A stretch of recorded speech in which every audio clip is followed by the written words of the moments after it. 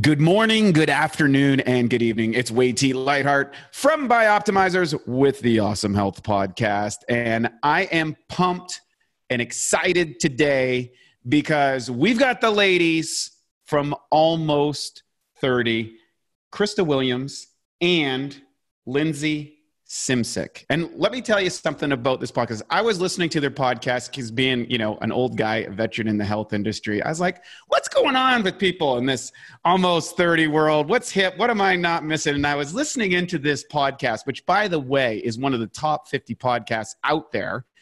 And these girls are known for their relatable conversations. They cover everything: wellness, entrepreneurship, spirituality, self-development. What's really funny is they're real and they're hilarious. And everybody says, oh, LA is so kind of like, la la land. And I got on your podcast the other day and I was like, these girls are so cool and so real. And they're professionals. They're professionals in the podcast. We're going to talk a little bit about that. But I want to welcome you both to the show. Welcome. Oh my God. Thank you so much. We're so excited. You're so kind. We've loved working with you and your team. And yeah, it's going to be so much fun to talk today. I'm glad that you got to listen to a little bit of Almost 30. You don't have to be 30. We started it when we were turning 30 and we're now over. But yeah, it's really you're for still everyone. Almost 30. It doesn't mean that you're below side. 30, right? Yeah. Right? Exactly. So I mean, it's like almost 30. I mean, like, I feel like I got younger listening to the podcast for just a little bit. And I'm like, man, if I turn this on, next thing you know, I'm going to be 25. I'm good. It's one of the benefits. Mm-hmm. Okay. So how did the whole story get started? I want to know the background. Podcasting is such a cool thing. And there's a lot of podcasters out there. What makes you two? First off, there's both of you on the podcast. That's pretty powerful, I think, in itself, because it creates that back and forth dynamic. The person comes in as third person. What's some of the how did that happen? What got into this? I'm curious. Yeah, so we started, I had just moved to LA. I had been chasing various dreams. I was in the corporate world, but wanted to do something different. I always wanted to be an entrepreneur, but was failing, in everything that I was doing. Lindsey was here in LA. She was an actress. She is an actress. So she was pursuing, the creative arts. And when we came together, we both were going through these really real transitions where I wasn't finding my purpose or passion. And she had just gotten out of a relationship and she was navigating her own things. And when we met, we were like, we can't be the only ones in our late 20s that feel like we don't have all the answers and that feel like we're more confused than ever.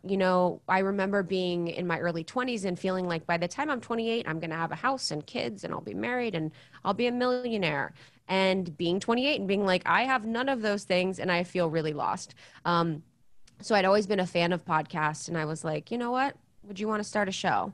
And so in 2016, we started to record on our closet floors. We recorded for 7 months, just a bunch of crap content. We practiced, we tried segments, we tried all these things, and we eventually launched our show. And it's evolved so much over the past 4 years, and it really just stays true to, we talk about things that help people along their evolution. We talk about health things. We talk about spirituality, all the things that you mentioned.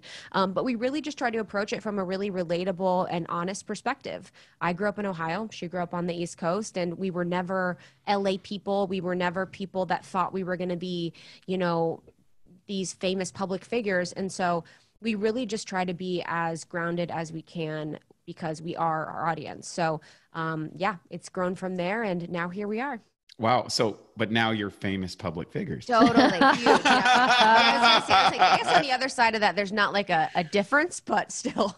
So you could start a whole thing and just talk about the zen of fame, right? Yeah. Give it up is the first pattern to get there.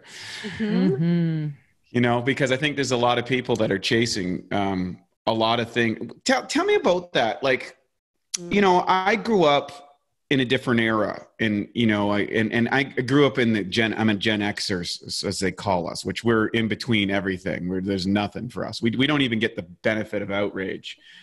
So, which is a cool culture that's on cancel culture, outrage culture. We didn't even know any of that. So like if we were outraged, you just got punched out at the bar. That was what happened if you got outraged. Like, you know, because everything was physical. Like you had to talk to people physically. You didn't have phones. You didn't have things. You couldn't go, oh, bullying was like somebody punched you in the face and you either punched them back. It's not like clickety click stuff. Also, we didn't have the proliferation of inside this kind of like, you know, how this kind of glamorous lifestyle that kind of comes out, that everything, and there's so much pressure on younger people.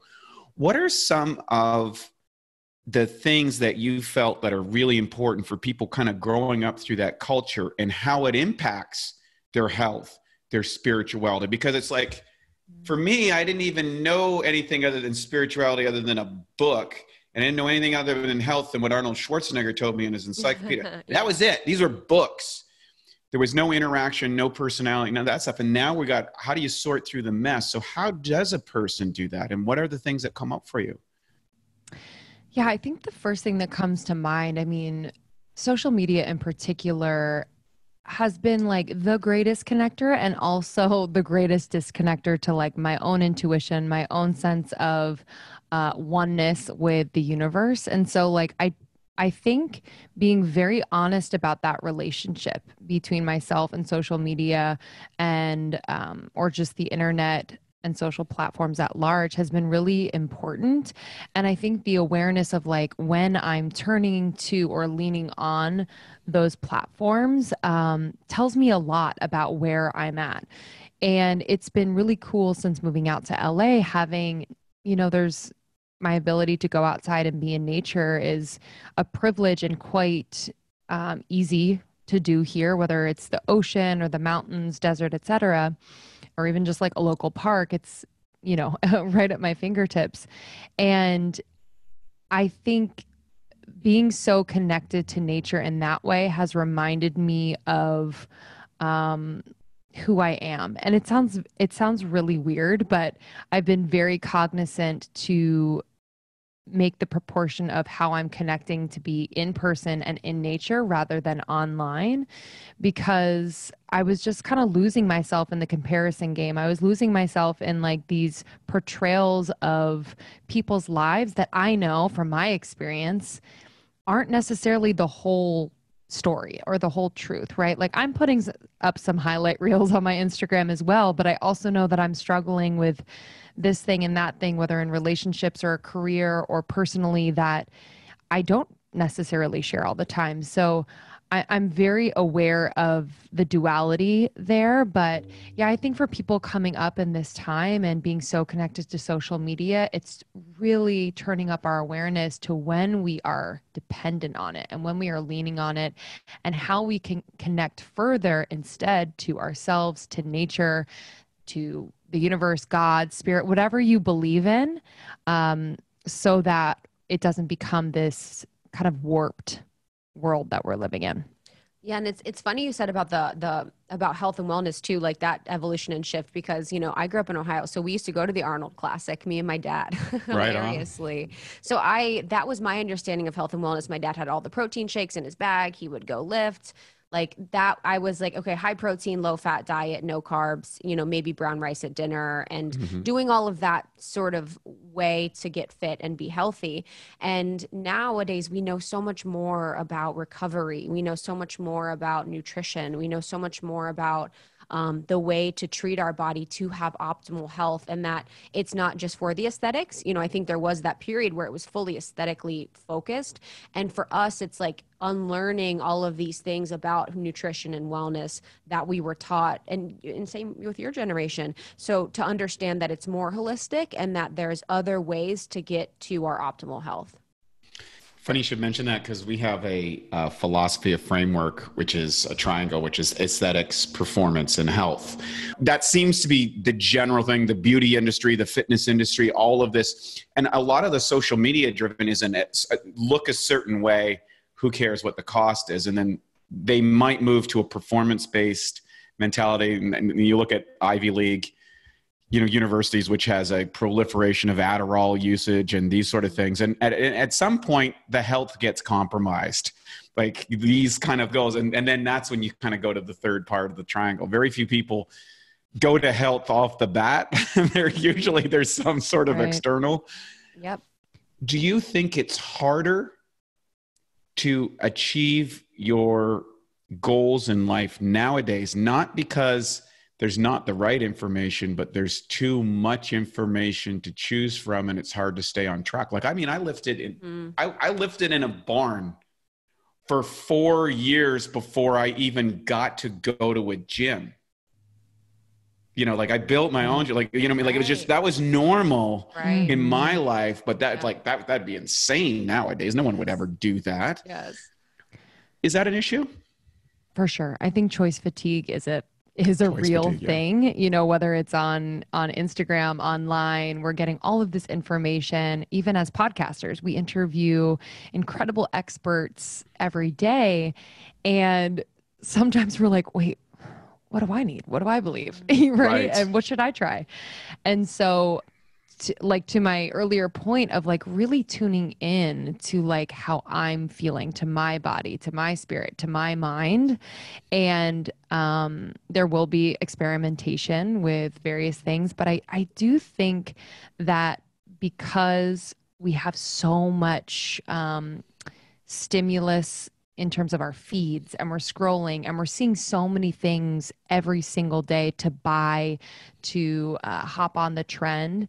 It's important that we, really tune in and ask our bodies and understand what we actually need rather than what people are telling us we should do. Because like lifting in a barn might be perfect for you, right? Like it might give you everything you need, but just because it might not be aesthetically as cool, your mind might say, well, you should probably get a membership to that fancy gym down the street because XYZ, right?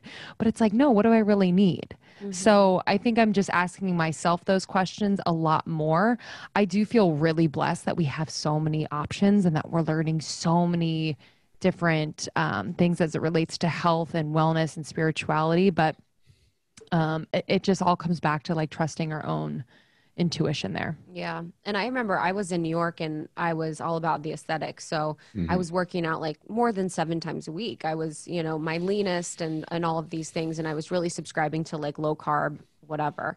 And when I moved to LA, I got really unwell. I had adrenal fatigue and I started to be really inflamed, and all the HIIT classes and the way that I was operating, which was high protein, low fat, low carb diet, wasn't working anymore. And, having the health issues that I had for the next year or so, where I was trying to get myself back to healing, my hormones and all these things, was like when I, of course, got to like realize that health is more than just the aesthetics, that it was like I was unable to show up at work because I was unwell. Didn't feel good in my relationship, and it was just showing up in other areas of my life. So it brought me to the point where I was like, okay, health is more than just my weight or a number.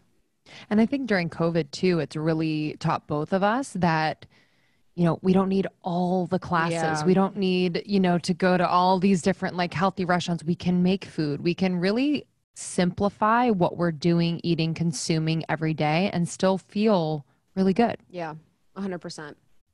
So what are some of the things that you did in the digital world because there's two conflicting components here, and they're not really conflicting, but the casual listener is going to say, well, wait a second.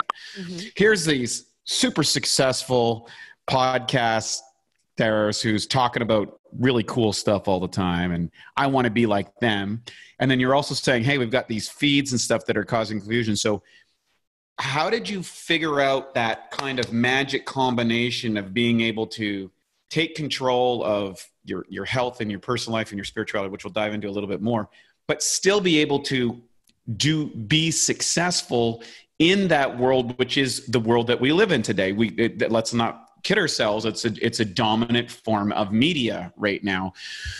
How are you able to do that? And what were some of the ahas or the obstacles, or like, it's like, okay, I got to stop doing this. I got to start doing this. Like, how did you navigate all of that? Because I think that's where people get jammed. I have a lot of people that come to me that grown up in this age, and they're like, hey man, I'm doing this, and they're amazing. They're smart. They're like, they can do all these different things, but it's like they can do all of these things okay, and very few things for the long term to get the kind of success. So how did you navigate that?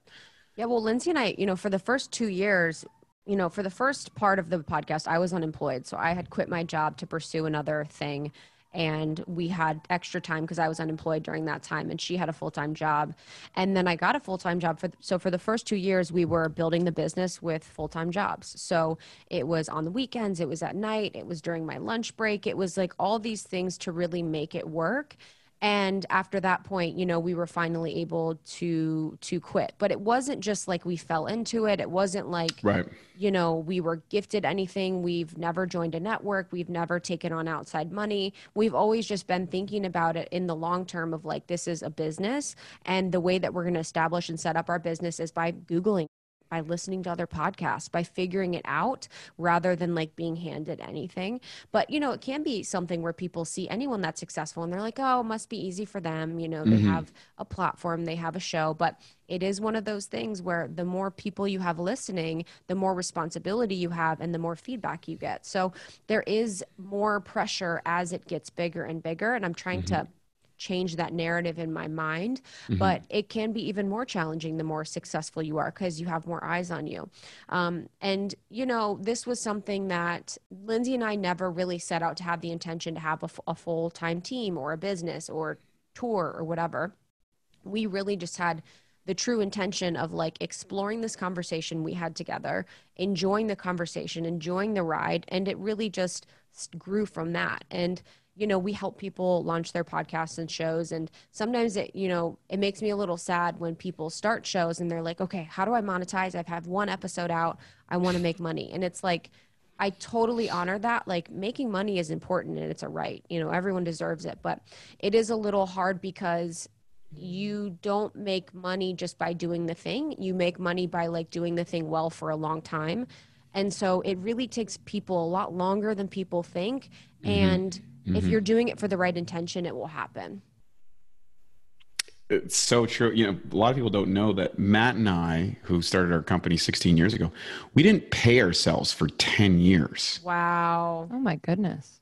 Okay. Wow. And we just kept hiring more people and building team members and rolling the money. And we, even now today, we don't take that much money out of the company really because it's the mission. We're on a mission. And the mission is more important than everything else inside the company and bringing people into that and stuff. I'd like to hear, what drove you at that time to push through those early growth phases and all the pressure, working a job and doing this on the side and trying to I think a lot of people look at the end result and they don't get into the bricks and mortar, the pain and the struggles and the things that almost take you out a half a dozen times and the fights between people and stuff like that. Like, did that stuff happen to you or was it all just smooth sailing? Yeah, it's so interesting. I've been reflecting a lot lately. And, to Krista's point before, we had full-time jobs for 2 years, which takes the pressure off of this thing that you're building that's bringing you so much joy. It doesn't mean it's always easy, but it's really something that you're excited about. And because we weren't putting that pressure on it to make us money, I do believe that helped us to keep showing up for it and to be flexible in how it was going to grow and to become what it is. And to make mistakes, right? Because if it's going to make us money out the gate, I think there is this let's walk on eggshells. Let's make sure we make money. Let's make sure we do everything right. So, because it has to produce. And so we were making a ton of mistakes out the gate, but we committed and we showed up quite literally every single day for those first few years recording. We would be recording at night on the weekends. We would be, we did events quite early on with our community in LA and in friends' backyards. We would do SoulCycle rides. We would, any way to bring the community together. And what I realize now is we were really collecting so much data in those early years, especially from our community on what type of content we should create, you know, who we should have on the show, how we could show up better for them. And really, like, as Krista said, like, it was that intention. It was that intention to like learn right along with everyone. You know, we're in it together. We're hopefully making people feel less alone in all of this.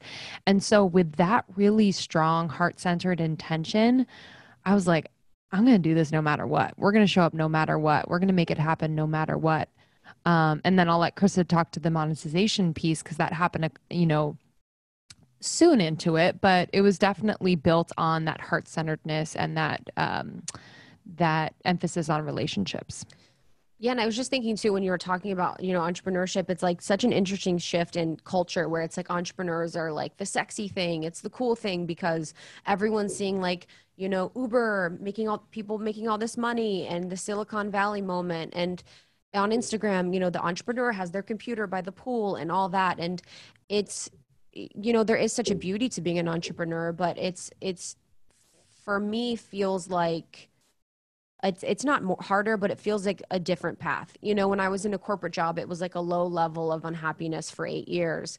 And when you work and own your own company, it's like the highs and lows are just insane. You're high and then you're low, and it's, you ride this roller coaster of all these emotions and all these like, you know, issues that you would have never thought of dealing with. You're learning something every single day. Like, who would have known that, you know, we have to do these things with taxes? Who would have known that, you know, the laws change about this? Who would have known that you have to do these legal things? You know, there's just so much that you're like, okay, wow, here we are, like we're suing someone, or, you know, here we are, we're like doing these things, and you just have to really figure it out as you go. And it's not for the faint of heart. And I think that's why, and I don't mean to be, and I'm not talking down to anyone that's doing anything, but it's like, there's a reason why some people succeed and don't, and it's really challenging to continue to go on even when it's really dark, which I'm sure you know as well.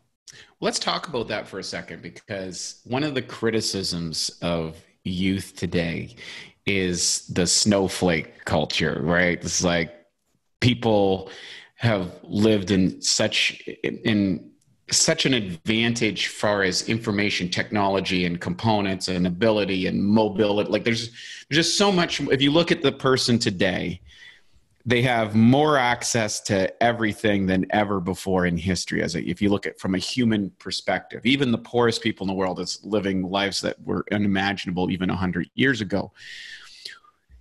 I'm not necessarily buying that narrative, but what is the particular challenges of people growing up in the digital age, and how do they differ when it comes to achieving anything, whether that's health success or business success? What do you think is that piece, and where do they get a bad rep, and where is that true, right? You know, like, what do you think? I think with every new generation, the older generation talks shit about them.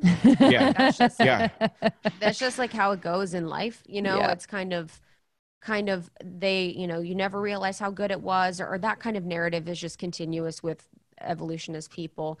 But, you know, the snowflake narrative feels like, to me, there's a generation that is our generation and below that is finally dealing with the emotions and feelings like you talked about before. People would just fight outside. But nowadays, people aren't in person as much. People are having discourse online. People are really going through things as a collective and expressing them more so, and feeling the permission more so to express things that maybe our parents would have never. So I think that is definitely happening. But then there is also too, where there's just this way that people live their lives and then see on Instagram that they have an opportunity to compare themselves every day. And kids are having their brains rewired by social media so that they are addicted to the dopamine. They're addicted to their numbers, or their worth is based on numbers that they see very clearly every single day. So, you know, I have to have my, you know, such compassion for the younger generation for that. But I think a lot of the unhappiness has to do, you know, with so much. And yes, of course, there is the social media component, but there also is things about our food. You know, there's things about our water. There's things about the health of people living regularly that like older generations didn't necessarily deal with as it relates to like our nutrition. So there's so many different elements, but also there's like, as a last thing, I could go on forever, but there's this collective thought that like everyone is always so unhappy, and that just because we're reading people tweeting about these things, that's truth.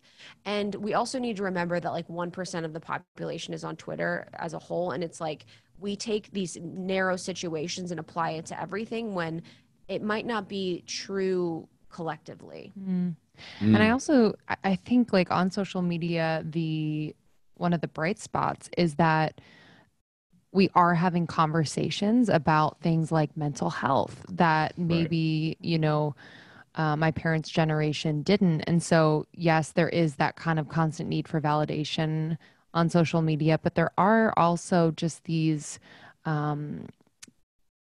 spaces where people feel like, wow, I can talk about this. I feel supported from like people all over the world. So I do think there are some bright spots. And, even our generation, I mean, we deal with it as well. And as like public figures of sorts, learning publicly is like a whole other thing, which I would argue that anyone with a platform, anyone with an Instagram account could be learning publicly and kind of like sharing online. So there is like an interesting, which I would think, 10, 20 years down the line, people will be doing studies on of how that affects someone's, mental, emotional, physical growth. Yeah. You bring up a couple of items which I have, interesting kind of like I'd like to dive into, which is electromagnetic pollution, addiction to neurological devices and how that is changing our brain physiology, hormone disruptors inside our food. For example, for men, and we can get into women in a second, I won't speak on behalf of women, but testosterone levels are down 30% across the board at every age level. So the average 30-year-old has the testosterone levels of a 70-year-old in the 1970s. Wow. I know. I have it's half a dozen friends. I was out to a year and a half ago. I was out to a party with a friend of mine who's 30. He's a well-known influencer, killing it. Great guy. I coached him when he was 18 years old, when he was living on the couch, and he's just crushed it. He's an amazing person. And we went out with a bunch of mostly his age group. I'm the old guy in the group, and it's kind of fun. Bunch of meatheads. Yeah. And I was shocked to find out that virtually all of the guys were on TRT, testosterone replacement therapy. They're 30. Whoa. And I was like, oh my God. Like, this isn't about people who are taking anabolic steroids, say, for a performance component. I mean, and I want to separate the two between TRT. And I do believe it's a natural result, looking into computers all the time, bringing up the adrenal response, constantly living off cortisol and adrenaline, which then pushes down testosterone levels inside the body through the pathways that goes on. What do you feel is happening? Number one, do you concur with that? And what's happening from a female perspective? Because we're in the middle of the greatest experiment in history. And I don't think people have really recognized that, in that since the 1960s, women are the first species ever on this planet to be able to control their birth cycle. Right? Like that's a major evolutionary, like biological evolution, the sociological component. And now we're trying to figure that out. Maybe it'll take us 10 generations. Maybe it'll take us 1,000. I don't know. How does that impact young women today, particularly? I'm curious about, because there's a pressure to be a beauty queen and a fitness star and, a tantric sex yogi and an enlightened being and killing it in business and a mom. And by the way, in the spare time, they make these amazing meals that look great and cruise around in a, top down on these amazing vacations. And so that's not even, it's like, how does anybody think that that's really possible or real? It's so true. Mm-hmm. So what are you guys experiencing on that? And now for a Bioptimizers fixed digestion tip. Supercharge your protein shake. Everyone knows protein shakes are a great way to sneak in extra protein, build more muscle, even replace meals and burn more fat. The problem is the highest quality protein typically absorbs at around 40%. One way to fix this and dramatically increase how quickly and effective your protein shake digests is to add 2 to 3 capsules of masszymes into your shake. One research study showed that pre-digested protein during a meal increased muscle growth significantly. To take advantage of this, just blend the open capsules into your shake, and within 15 minutes or less, the enzymes will have begun to break down the protein into amino acids. This can make your shakes at least 2 to 3 times more potent. Some people do this and sip on their shake while lifting to provide their muscles with a steady stream of amino acids during their workout. To save 10% on masszymes, use the code SHAKE10, that's SHAKE10, at masszymes.com. That's SHAKE10 at masszymes.com. Yeah, I mean, there's so many, I'm glad you talked about, the environmental factors and the things that are in our meat, the things that are in our water. There's like low traces of birth control also in a lot of public water. So that's a lot of, the reason that people wouldn't talk about that testosterone is also going down, because men are consistently consuming, low levels of birth control. So there's so much happening here. And I think that for us, as women, we went through our own hormone journey. There was, mine was, I was taking too many stimulants. I was doing too much, What kind of stimulants were you taking? I had a little drug phase. I had a little party face for sure. Well, we all had a little drug phase. That's okay. I was doing my thing. I liked uppers, so I would do a little. I would do things in that. So that was partying every weekend, and then that was also Adderall. Sometimes, and then that was also diet pills. I was taking like whatever diet pills were around town.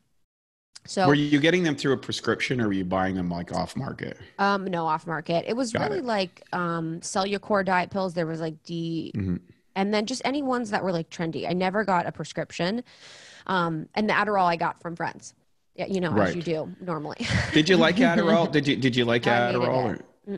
But why did you do it? Because it makes you not eat.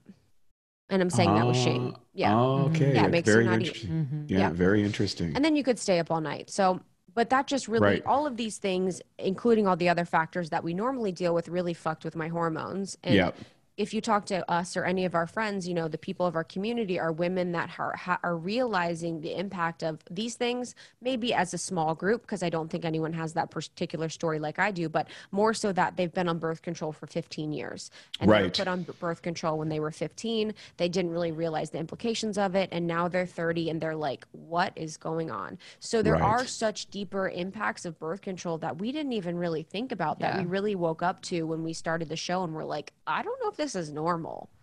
Yeah, I guess I went off birth control. It's probably about 3.5 years now. When did you start? Like how old were you? I started at 18. So I'm 32 now. So that's a lot of people. It's almost late nowadays. They're putting them on like 14, 15 years old. Like, what is that? What is that? I want to talk about that right now, because there might be some people who are thinking about putting their kids on birth control. And they, that's like a conversation that kind of emerges somehow with parents. Like, what was that like as a young woman deciding you're going to go on birth control? And how much information were you really given about the implications of that? Yeah, I started to be sexually active at 18 with my boyfriend, and my mom found out, and my mom had been on birth control for most of her life as well, kind of in between kids and when she was younger. And so that was just her way of being like, okay, like if you're going to do this, like I want you to be safe. And so there was that. I was also dealing with skin issues. So those two narratives of you have to be safe and also this clears up your skin. To me, I was like, okay, cool. To be completely honest, it felt like an initiation into womanhood. Sure. I was like, I'm a woman now. Like, this is cool. I get to, I'm in the club where I get to take a little pill every day, which I hated. Like in the years leading up to when I went off of it, I remember just asking myself, I'm like, why am I taking this? Right. Like, it just didn't feel, I'm like, this doesn't feel right. Granted, like I didn't have any adverse effects except for weight gain when I initially went on it. Like, was that significant? Because it varies for some women and with Yeah, it different was types of pretty, pills. I was eating like a lot of pizza my freshman year of college, but I gained like 20 pounds. Right. So it was like Freshman drinking, 20 or eating, whatever. and birth control. Right. But yeah, and I was not educated, and I don't think my mom was either. You know, That's so the part that that's what I think is really narrow. Like, they're not really telling you what it's the implications hormonally absolutely not. of popping these pills when you're 15, 16, 17, 18 years old. Absolutely not. And then when I went off of it, and Krista has her own story as well, where, you know, it wasn't easy. My skin has always been something that I've, you know, dealt with in terms of like acne, but it definitely freaked out a little bit about 6 months after going off.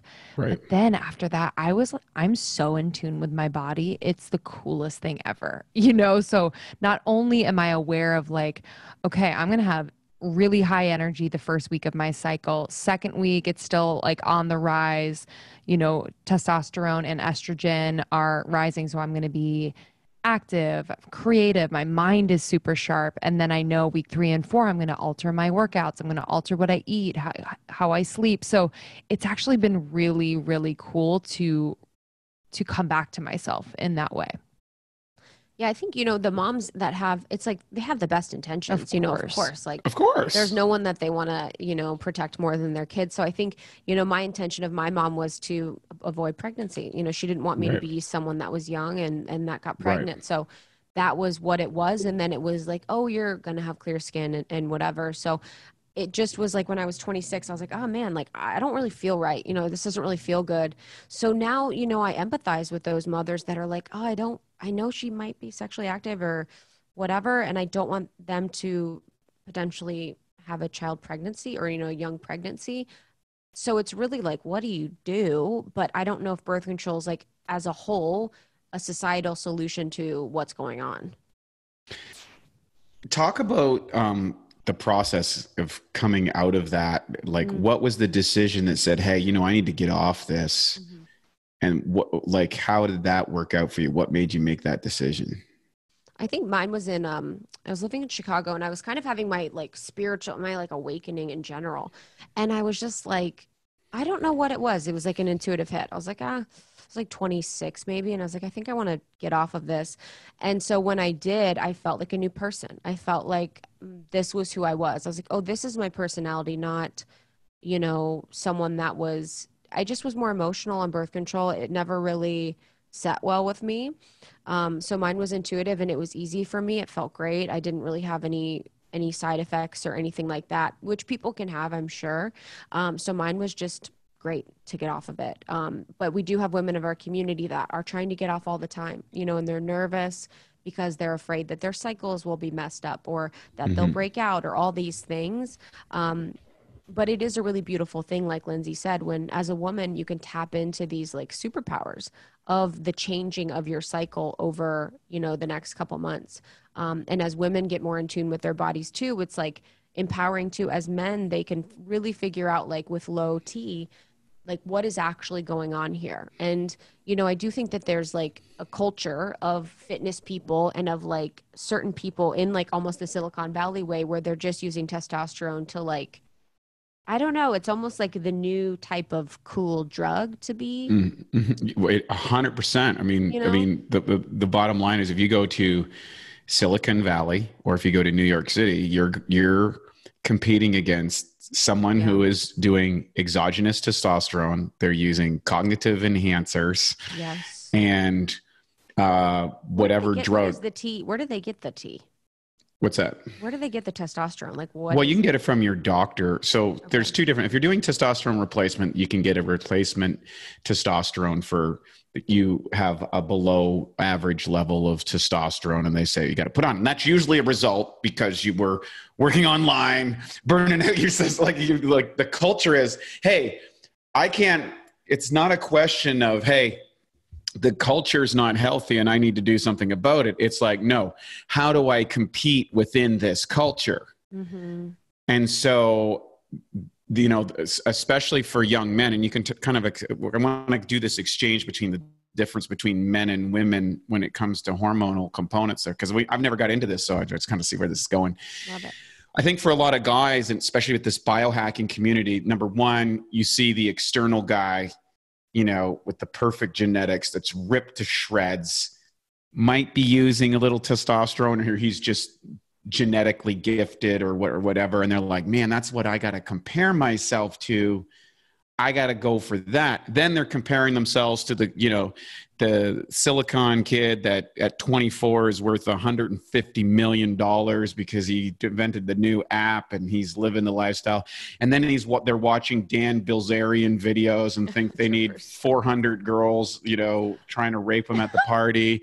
And, you know, and then they listen to some other guy that has 195 IQ and has told them that, you know, modafinil is one of the keys to unlock your super brain. So they're just like, I need to compete as a male. I'm going to do whatever it takes. So if I got to get TRT and that's not enough, I'm going to go to the local steroid dealer or import it. I got a hook. Or if I need modafinil, I'm going to go to the gray market, or I'm going to do what, like, you know, we all know that if you want whatever it is, you're going to go get it. The culture, though, is very interesting. The cultural pressure, I think, from that, and going back to that social media thing. Is this something that women, do you feel, are struggling with? And when you talk about, I didn't feel like me, I hear that a lot from women. Is that the kind of reports that you're getting, that girls get on these hormones at young ages? Because people don't realize, like, the birth control pill is a steroid. It's huge. Yeah. Yeah. It changes. Yeah. It's huge. Yeah. I think it depends on the birth control. It depends on the person, but that is like the general narrative that we're hearing, where people just don't feel quite right.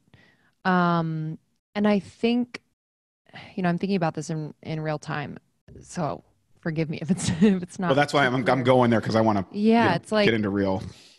It's like from a very early age, we're not necessarily taught to trust ourselves and our bodies. Like, and I don't think it's like, it's not to dog our parents or anything like that. It's just, Right. I don't think that's what they were taught. And so, you know, we're taught to depend on either, whether it's medication or ask the doctor, this, that, the other thing. I think doctors are amazing. Obviously we need doctors, but there is just this intuitive piece, like with our bodies, that I think would behoove these like future generations. And I think it's happening, because our body has so much intelligence. It's sending us messages all the time. Like even just this week, I've been having like some interesting headaches. And so I've been really thinking about, okay, what is my body trying to tell me? Do I need more water? Is it the type of sleep I'm getting? Too much screen time, right? Instead of just popping the pill, nothing against like taking in a leave or whatever, but it's like, let's really like tune into the body. And, yeah, I mean, we're hearing that so much, and it's also a scary thing for women to kind of to trust themselves again. It feels empowering, but also kind of scary because it is so much of an unlearning. Mm-hmm. Do you think that the external culture of social media, or is it something innate within growing up as a female nowadays in the world, that makes a woman not trust herself or her trusting or what she's feeling? It's a good question. Yeah, I think social media exacerbates that. I mean, it's really just a symptom of the overall problem. I think both men and women don't trust themselves. You know, I think it's like it's a human thing that hopefully we're healing through right now. But I think the inclination is to seek outside before you seek in.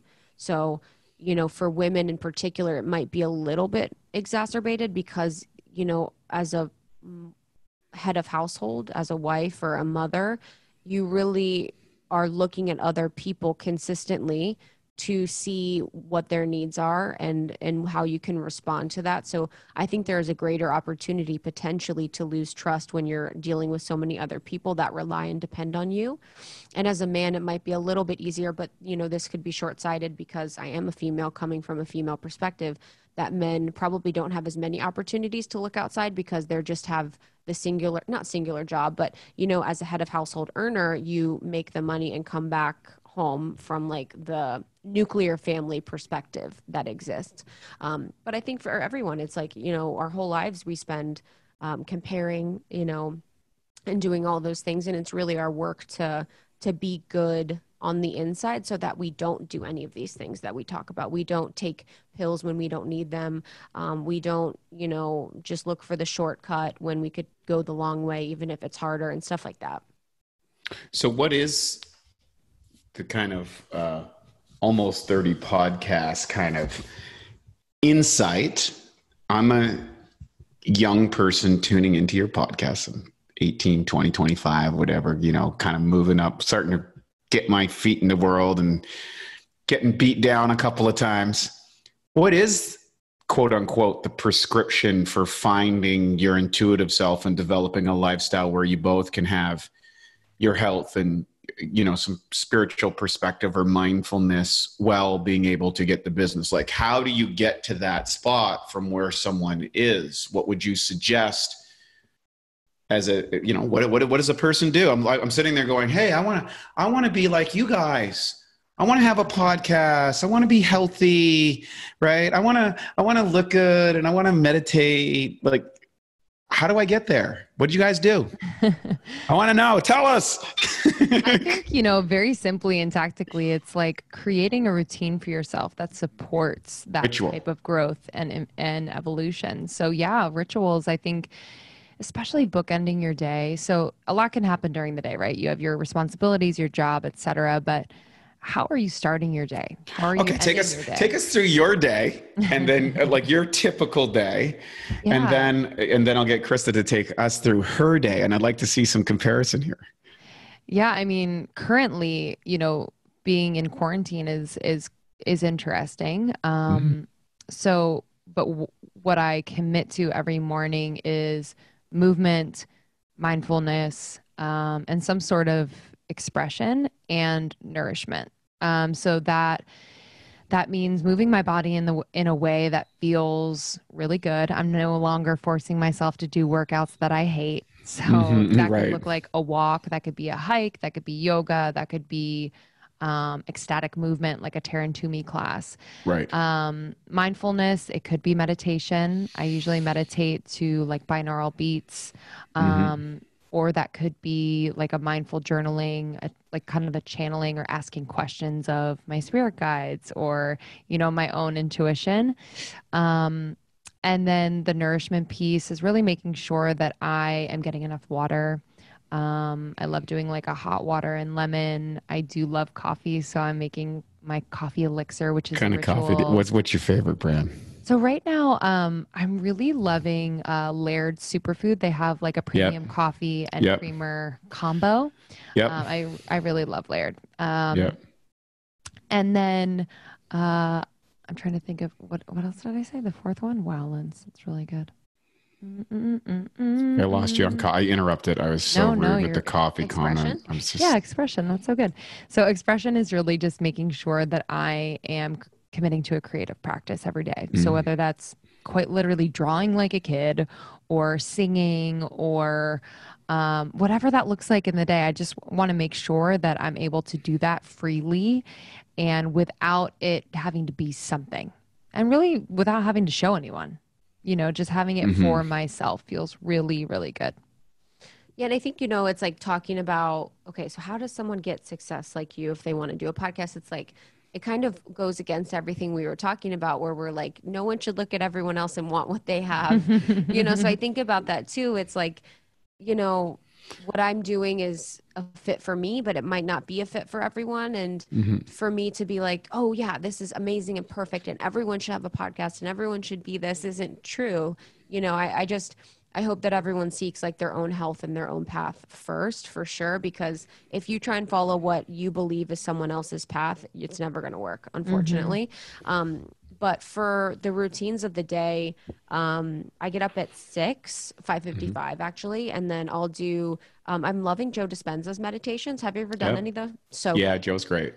Yeah, I had a friend that healed herself from a life-threatening illness with Joe's stuff. really, Yeah, absolutely. Did the testimony at one of his events, pulled her up, like Really? great friend of mine. She's a lovely lady. And so I'm forever in gratitude of Joe's work, and that like it was a serious condition, and it's just all gone away.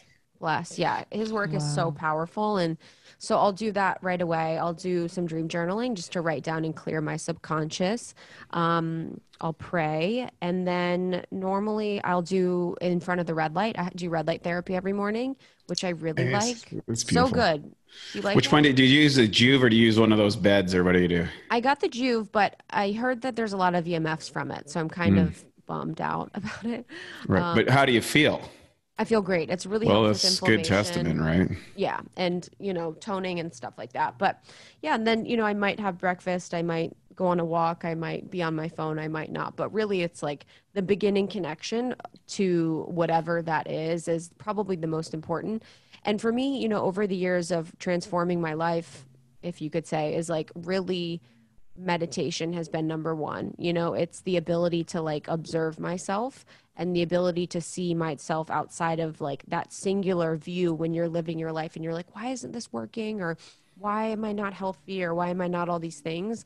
But really, you're never honest with yourself. I used to be like, oh man, why am I not this? Why am I not that? But really, if I was honest with myself, I'd be like, okay, because you're not actually doing the work. You're not actually like prioritizing this. You know what I mean? So there's just such a shift that happens when you meditate that although it's annoying to hear it all the time, it's just the truth. Which came first, the meditation or the cultivation of the kind of the balance perspective? Did the balance perspective lead into the meditation, or did the meditation start to make everything fall into place? I think for me, mine was like reading and research on philosophy and on, like Taoism and Buddhism. And then meditation really just like took it to the next level of a general understanding of it. So people can go either way, whatever way is going to be helpful for them, because my path isn't anyone else's. So whatever interests them, that leads them to feeling more complete. Is that the same for you? Yeah.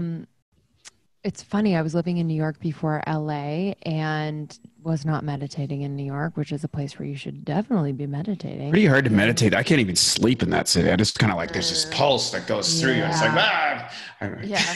It's like, It's quite intense. it's intense. But very cool for a lot of other reasons. But It's cool for a lot of other reasons, but I don't think it's a great place to just go, develop your spiritual self. So I really started meditating and just being more mindful about what was going on up there in my noggin when I moved out to LA.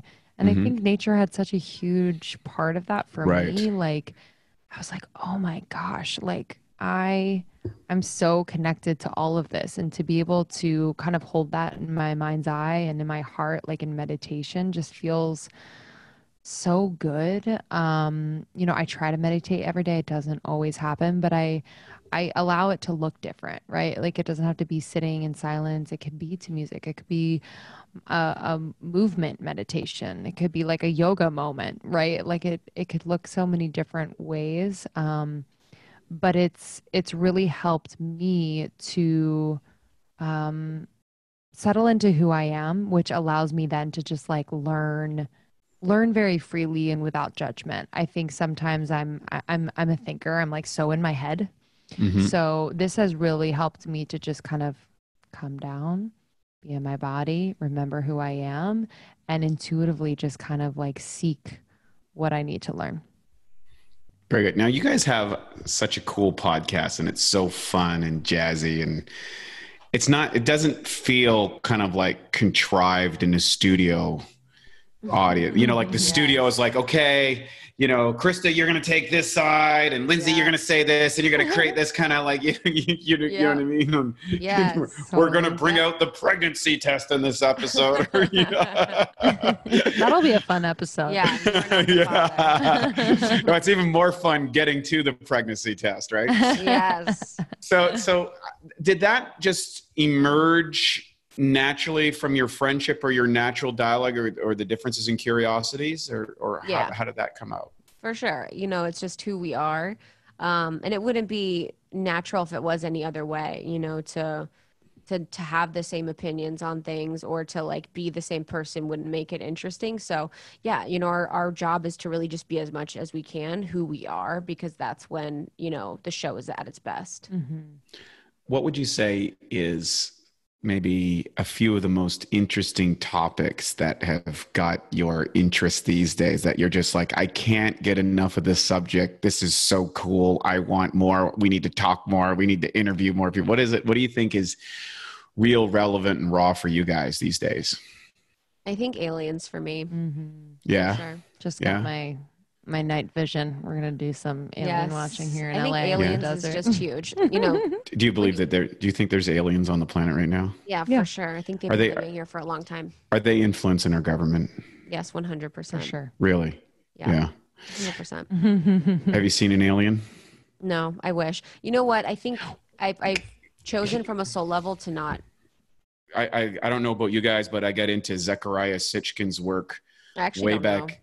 Amazing stuff. You want to get into that about the whole Sumerian texts and the development of humanity and where Adam and Eve came from and DNA and it was pretty far out stuff, right? And then of course the biblical references of the Elohim, which is the original Aramic version of God, and it's let us make man in our own image because Elohim is plural.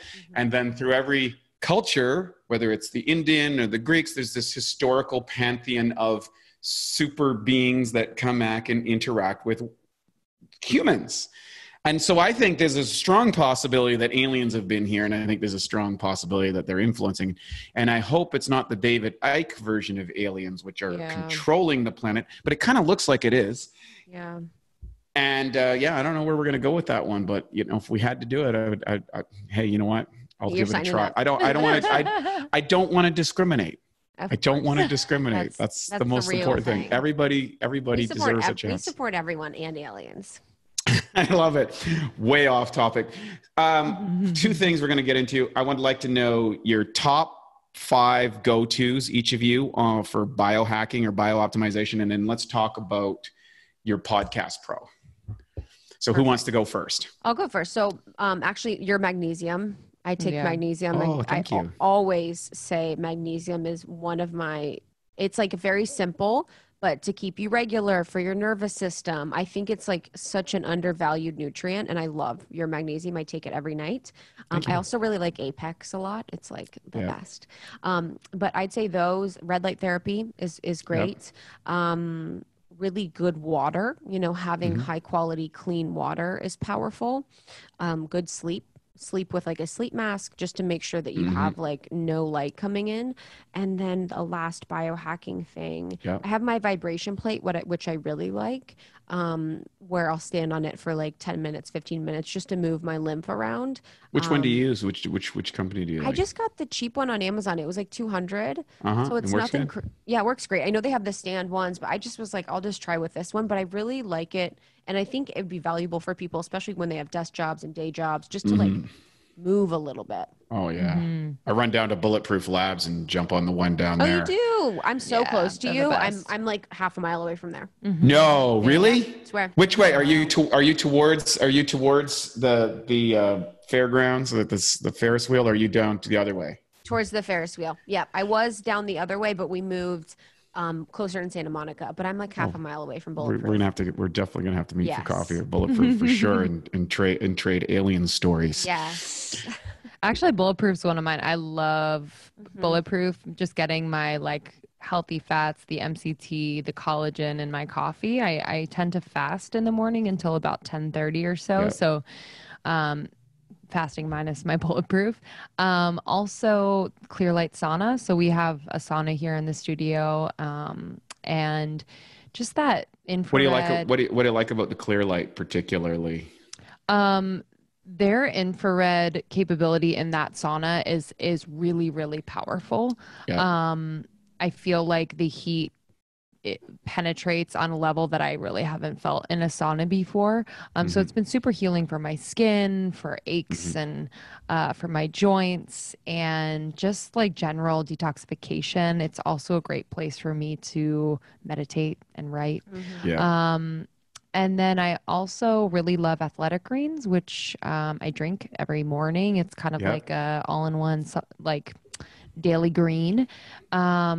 I have to say magnesium again. We've been, that's a staple every single night. It helps with sleep. It helps my muscles recover, relax, helps my digestion, and just like digestion in general is something that I focus on, whether it's your digestive enzymes, or the magnesium or digestive teas. It's important for me that my gut is super healthy. I notice when it's not, it affects my cognitive function, even like my emotional health. So I just am really fixated on that. And I do have to say sleep. I've been like such a sleep, I've been crazy about my sleep lately. So making sure that I, at least for me, get 8 hours or more. And when I'm tired, that I rest, that I don't push myself. Do you do the hacks for sleeping? Like, do you do yeah, any... so I do a sleep mask as well, making sure there's zero light that gets in or disrupts my sleep. Yeah, I do my Juve before bed. I will use like 5 different essential oils that are good for sleep. And I just really like to feel like I've taken care of myself before I lay my head on my pillow. My business partner, Matt, is I think he's got about 60 G's sunk into his sleep system, right? Like he gets the temperature down. He's got a Faraday cage. He's got the Delta Wave. He's got the Dream on. He's got the Essentia mattress. He's got the chili pads. Like he's got the Lavella and stuff that he takes before bed and everything. He's really, really got it down because he struggled with sleep. It's kind of like it's a combination of lavender oil and I forget what the other, maybe rosemary, something like that. You can take it. I'll make sure you connect in and I'll get that info over to you exactly. But he loves it because so if you take some of these essential oils before sleep, it really opens up your ability to downturn. Light therapy. So we've done podcasts about light hygiene and wearing. We use blue blocks, but they're sleep plus glasses. So wearing those like red lens glasses a couple hours before bed is really, really great for. You start yawning when you put those things on. It's kind of crazy. It's awesome. Really wild, right? You think about then. What the first thing that I did when I did the True Dark, I think it was True Darks I did. Yeah. And I got Swannies from another friend of mine, and I was like, put them on, and I was surprised about how it did make me feel tired. And then I thought the next thing is like, well, gee, how much stimulation am I actually getting if I just put these glasses on and suddenly I feel tired? Yeah. So like we talk about what's normal now. Normal left the building a lot. So I think I think you would agree with this. We're living in an age where we've had this explosion of technology and innovation. But we really haven't grown a lot philosophically, and we certainly haven't adapted to the new technologically enhanced world. We're catching up in the biohacking world, but I'm afraid that there's a lot of people that are going to be the victims of this evolutionary shift, unfortunately, because of either economics, lack of information, or just lack of willingness to adapt to the new world. And you guys seem to have figured that out. Let's talk about Podcast Pro, because I know you guys got another project going on. Talk about this Podcast Pro. How did it get started? What's it all about? Who's it for? So we, started 4 years ago on our closet floors. We've done everything on our own. And when we started to grow, people would ask about starting their own show. And podcasting has been a dream for us, to fully express who we are, just in general, has been awesome. So we wanted to put everything that we wish we would have had when we started in the same place. So we have all the information, tools, tips, and resources for people to launch their show, to grow their show, or monetize their show, that we've used over 4 years, and just being in the industry, working with amazing industry people to provide more information. So what it does is helps people do those things through a digital course. Yeah, That's it. Anything else? It's been very rewarding just to, mentor, especially women in the space who have a message to share and also want to elevate other people's messages. And so we know how impactful it's been for us, and we're just really honored to be able to help other people do it. You guys, so you offer mentorship as well with this whole podcast thing. Can you talk about a little bit about that? Because that's like massive value. Mm-hmm. Yeah, so we have a full Podcast Pro program, which includes idea to launch, the marketing, and the monetization courses. And so we include a call with Krista and I to really answer any questions. We're happy to review your cover art or your intro, like really get into the nitty gritty of what's holding a lot of these creators back. There are just like these moments in the process that trip people up, and we've been there. And so we want to make sure that we're giving people confidence to make some forward movement, to make a decision. It doesn't have to be perfect, but we're there to support. So it's been really cool. Where do you see yourselves in 5 years, 10 years, or where would you like to look back of where this has all gone for you guys? What's the vision? I think in anything I do is just seeking to create more freedom for myself. So freedom for me means building the business enough to support ourselves, our families, our teams and their families, and change people's lives with our message that are open to hearing it. So I think Lindsey and I just both want to create more freedom of who we are in our business, outside of the business, all the things. So yeah, whatever that takes us, however that expresses itself in what we do, we're open to it. Because, we started 4 years ago, we would have never expected that we would have retreats and tours and merch and all this stuff. So we have to be open to the possibility of things being different than we would have ever imagined. Yeah. Agreed.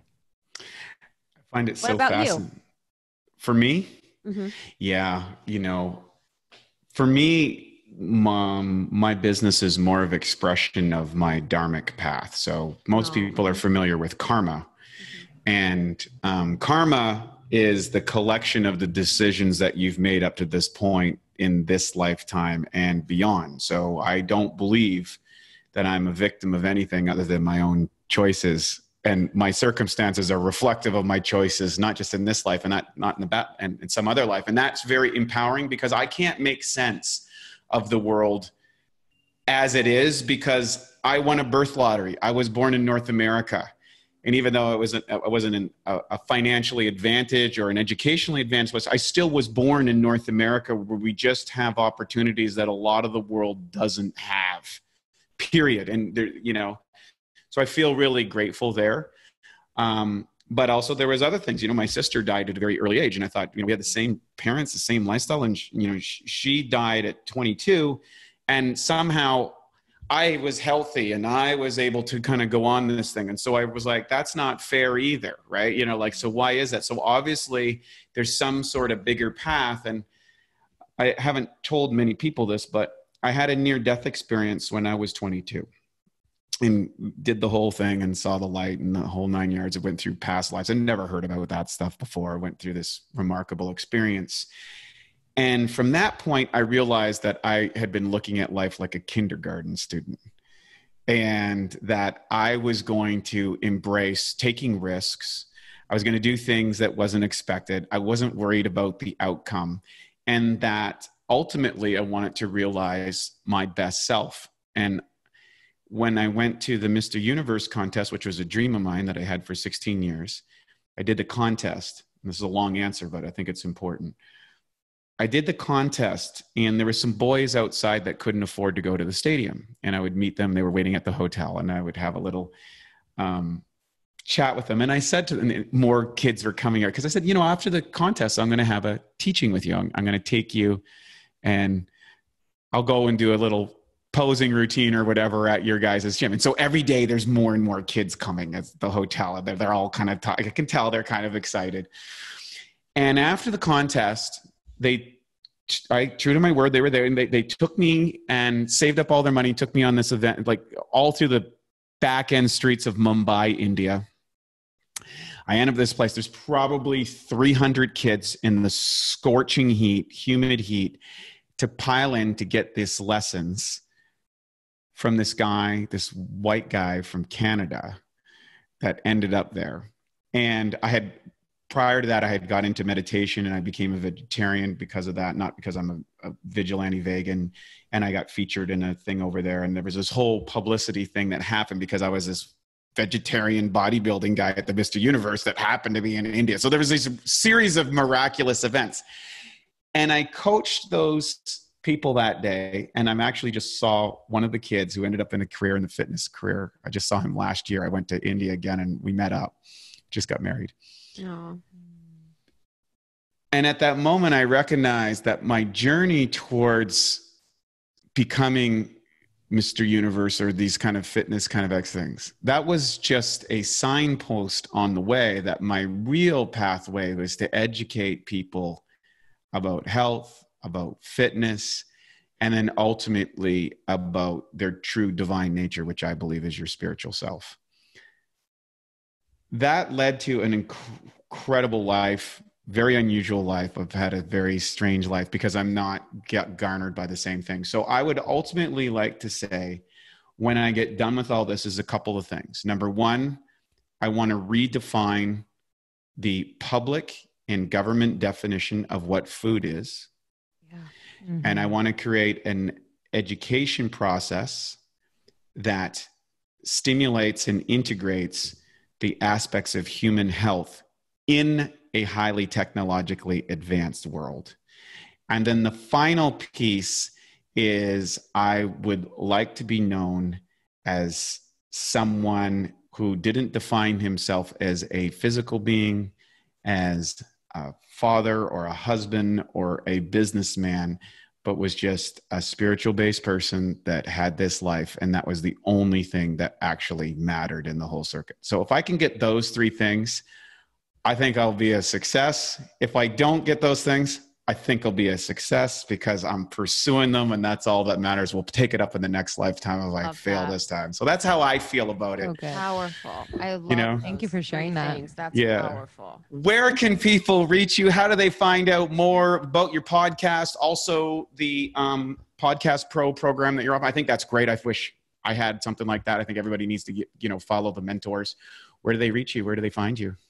Yeah, so you can find us on Instagram at Almost 30 Podcast. You can visit our website, almost30.com. We also have a shop of, courses and workshops and merch and freebies at shopalmost30.com. And for Your Podcast Pro, that's your, Y-O-U-R, podcastpro.com. I'm at Lindsey Simcik on Instagram. And I'm at It's Krista.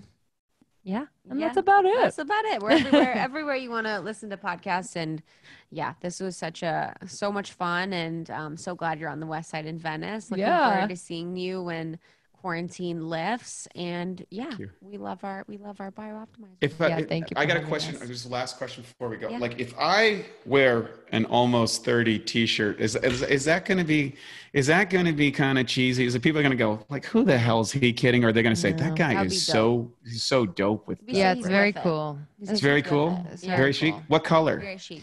We have three different lilac colors. would look good on you. Yeah, lilac would be Lilac would be good. Mm-hmm. Lilac's good. I look good in pastels, I really do. It's kind of my color palette, right? Done and done. You guys are so fun.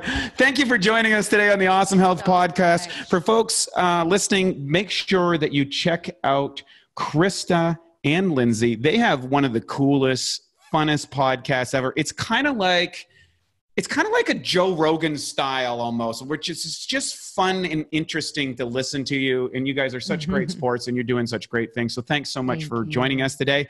And for everyone out there, that's another Awesome Health Podcast. Do the things that you need to do. Follow a 12-week course. And you know what? You too can realize your physical dreams. Thanks so much for joining. Take care. And now for a Bioptimizers fixed digestion tip. How to get away with eating sugar. Hey, look, sugar is normally one of the worst things for you. But let's be honest. I mean, we all cheat from time to time. And here's a little trick that will ensure your body benefits from the sugar. Now, before you eat or drink anything sweet, take 5 to 8 capsules of P3OM. The patented strain in the formula devours sugar so fast it literally doubles in the body every 20 minutes in the presence of sugar. That doesn't mean that you can or you should eat a bunch of sugar or sit around all day doing that. But on the days that you do cheat or you go after one of those maybe meals that you wouldn't normally do, this ensures that you get something in your gut that eats the sugar. And it's not going to feed the bad guys or spike your blood glucose nearly as much. So to learn more about P3OM and its sugar-devouring and protein-digesting properties and how it can transform your gut and metabolism, go to www.bioptimizers.com. Thank you for listening to the Bioptimizers Awesome Health Podcast. You can find more information at bioptimizers.com.